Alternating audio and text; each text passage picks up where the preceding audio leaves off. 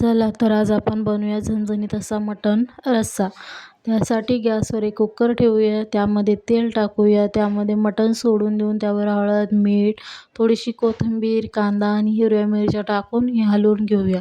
व्यवस्थित हलवून घ्यायचं म्हणजे सगळा मसाला हा मटणाला व्यवस्थित लागला पाहिजे. त्यानंतर आपण कुकरवर एक झाकण ठेवूया.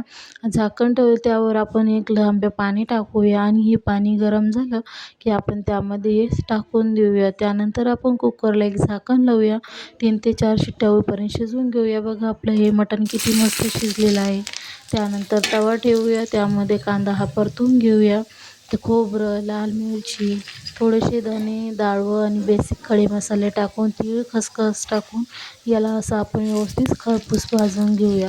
त्यानंतर हा सगळा मसाला आपण व्यवस्थित मिक्सरच्या भांड्यामध्ये टाकून त्यामध्ये लसूण, अद्रक, कोथिंबीर टाकून याला आपण मिक्सरला बारीक करून ठेवूया. गॅसवर कढई ठेवून त्यामध्ये 2 ते 3 पळ्या तेल टाकून लाल मिरची, धने पावडर, थोडासा एव्हरेस्टचा मसाला, मटण मसाला आणि हळद टाकून आपण हे वाटलेलं वाटण त्यामध्ये टाकून देऊया. त्यामध्ये तेल सुटूस तर आपण हे वाटण परतून घेऊया. त्यानंतर व्यवस्थित वाटण परतल्यानंतर त्यामध्ये आपण हा मटण टाकून घेऊया आणि 5 ते 10 मिनटं उकळून घेऊया. बघा आपला हा झणझणीत रस्सा तयार आहे. तुम्हाला कसं वाटलं मला नक्की सांगा. सबस्क्राईब करायला विसरू नका.